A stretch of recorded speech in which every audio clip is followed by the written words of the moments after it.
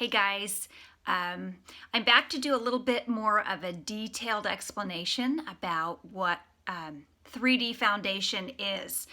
So I know I've posted a couple videos about mascara makeup, but the big thing about mascara is what's called the 3D foundation. And what that is normally when we do foundation, we put one color over our entire face and then try to create the dimension back in from there. With 3D foundation, you start out with it's almost like a paint by numbers. So say area 1 is going to be your forehead, nose, under the eyes, along the jawline.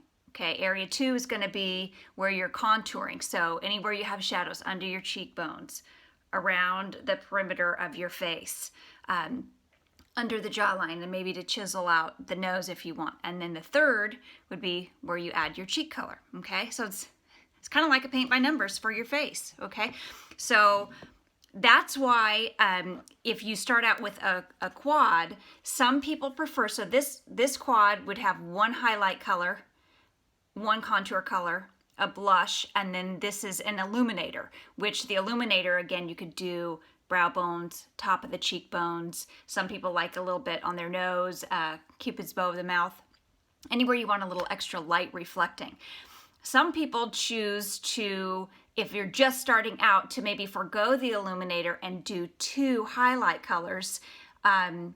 Maybe if you want something a little bit lighter for under the eye and then darker for maybe the rest of the area where you would use the highlight. So that's kind of a personal preference. So for today, I'm going to show you the look with, I'm going to do both. I'm going to do 2 different highlight colors. This is going to be the main part of my face, and I'm going to go a little bit lighter under my eyes, contour, blush, and then I will do a little bit of illuminator as well, so you guys can see that. I've already primed my face with the Stay Outside setting spray. Setting spray, and you can use it as a primer as well, both for those of you oily gals like me. I use it before and after, and that makes a world of difference. I'm going to use my 30-second hack brush, and I'm going to start out with, we're going to go, let's see, we're going to go into Aura today. Actually, that's not right. That's not what I'm using. I am using, what am I using? It's not Aura. I have to think about that for a second. I normally do use Aura, but I've Amber, that's what it is. A little bit darker, because I still have a bit of color. You can tell on my neck, or well, down this area, décolleté, or however you say that word, from the sun. And of course, I don't want a big difference between my face and my neck, because that never looks good. Okay, so again, area 1, you saw me go up, kind of fan it out over the forehead, down around the chin, and then along the bottom of the jawline here. And me, I actually add a little bit more, because you can see I have some discoloration, I'm probably sure it's from the sun, you know, along my cheek, so I add a little more along there. Okay, so that's just your base. Now for me, I've got dark circles under my eyes, so I like to go a little bit lighter and add a little bit light under my eyes, and for there, you're going to kind of go like in a triangle shape. So you don't want to just go straight across. You don't want to do the half moon. You want to bring it down so that the light is all underneath your eye. Okay, and again, I've already got my eye makeup done just for time's sake. Okay, now look at the difference already in this eye and this eye. Okay, so that would be one reason to do 2 different highlight colors if you have dark circles, or if you just want a little bit more brightness under the eye. Okay, again, see how you kind of, the triangle, kind of stipple that on a little bit. You don't want to be dragging too much under your eye. I'm checking myself out in the mirror when I look to the side. My daughter's room tends to have the best light for filming, because I've got her this nice light strip that goes around her mirror. Okay, so again, there's much brighter under both of my eyes, okay? So now I'm gonna flip my brush over to the other side and we're gonna go in with contour. And I'm using the same ash color that I've been using. So we're gonna go right under the cheekbone here and you're just like hugging that cheekbone, okay? Giving your face dimension. Okay, I'm gonna leave it like that for now. Don't worry about it. Okay, again, cheekbone. And you just drag that down right underneath the cheekbone. Could not be any easier. Because we can all feel where our cheekbones are, so it's not like you can't find it. Okay. All right, so I'm not happy with this side. This side needs a little bit sharper.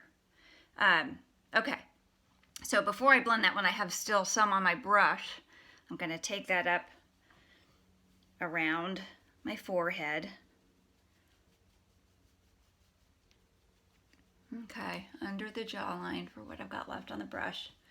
Again, I was looking at a picture of myself the other day with my before and after. Look at my chin in it. There's one chin in the after, and there might be more than one in the before. I'm just saying. Creates a nice illusion of a strong jawline. Okay. A little bit more here. Okay. Then let me just take that and just kind of blend out that line ever so slightly so you don't have a stripe on the side of your face, okay?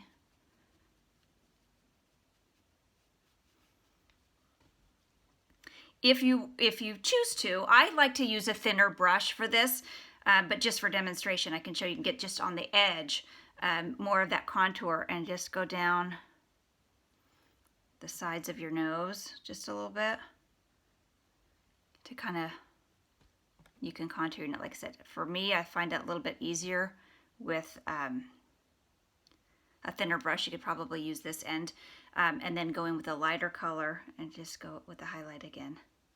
Back down the nose, and then you can just kind of blend that out. Gives a little bit more definition there, okay?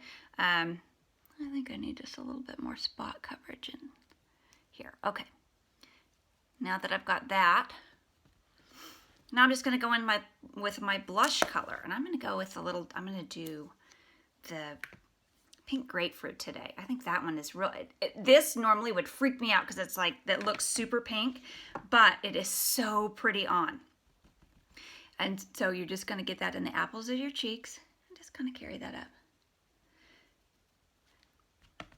So pretty. And what I love about these colors, because they're creams, the lip and cheek is just that. It's lip and cheek. You can use it for both. Actually, you could also, on the color I'm noticing that I use in my eyes, I could totally do that too. You can take a little bit of the lip and cheek color, just if you're in a rush and you don't have your eye makeup done, just to add a little flush of color to your eyelids. Looks so pretty.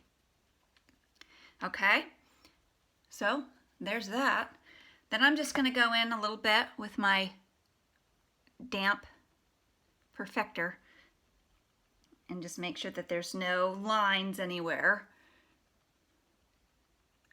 between the blush and the contour around my face. Okay.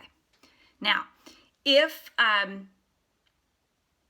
you're done with the creams, which I am, this is a good everyday look for me, so I'm not going to add any more, then I would go ahead and set the cream part of it with the Stay Spray before I would set it with powder, if you're going to choose to set with powder. So I'll do that. And I gotta tell you, this stuff smells like vacation. Like, oh, I don't even know. It's tropical smelling, almost like suntan lotion, but not, I don't know. It smells so good. So even though I make a really weird face when I put that on, it's only because I'm spraying myself in the face, but it smells really good. Okay, so go ahead and kind of fan that off, let that dry. And then I'm going to go ahead and set with a little bit of the Vanilla Dust setting powder, which we have, or you can use, you know, some people are real fond of the powder that they have, and that's totally fine. Like if you have a setting powder that you love, great, use it. You know what works for your skin, and everybody's different in what works for them. I also like to just go just a little bit under the eyes just to set that so that's not going to go anywhere, okay? So that's it. And then I'm just going to finish. I'll show you again how versatile this is. We're going to go ahead and finish a little bit with it. I'll take that color right under the lips. That's the pink grapefruit. And you're like, whoa. But guess what you can do? Here's where we're going to use that illuminator. So not only can you take a little of the illuminator and just go right along the top of the cheekbones there just to give you a little less. I don't know that you're going to be able to see it in camera how it just gives you a little bit of light reflection, which is so, so pretty. Go a little bit up on the brow bone there. You can see a little bit better on the brow bone. Just a little bit there. And then, if this is too, because they're all creams, a little too much for you, take a little bit of the illuminator and just shear it out. See how nice that is? Oh, I love that. And you just shear it out a little bit, a little more natural looking. And you're done. So, again, the 3D foundation. I have dimension to my face. I don't want to be flat. I don't want to have to add layers and layers to add the dimension back because I've evened it all out with one color. Which is why you use the 3D foundation where there's several colors and you just put it in the different places. 1, 2, 3. Doesn't have to be in that order. But each area of your face is a little bit different. So you're going to treat it differently and with what color you put where. Blend it all together for a nice seamless look. Quick, easy, feels great on your skin, wears well. Creams tend to move with your skin, so they're just, I can't say enough about it. If you guys have any questions, you know how to reach me. My website link is on the page. And yeah, hopefully this was helpful for you. Thanks. Have a great day.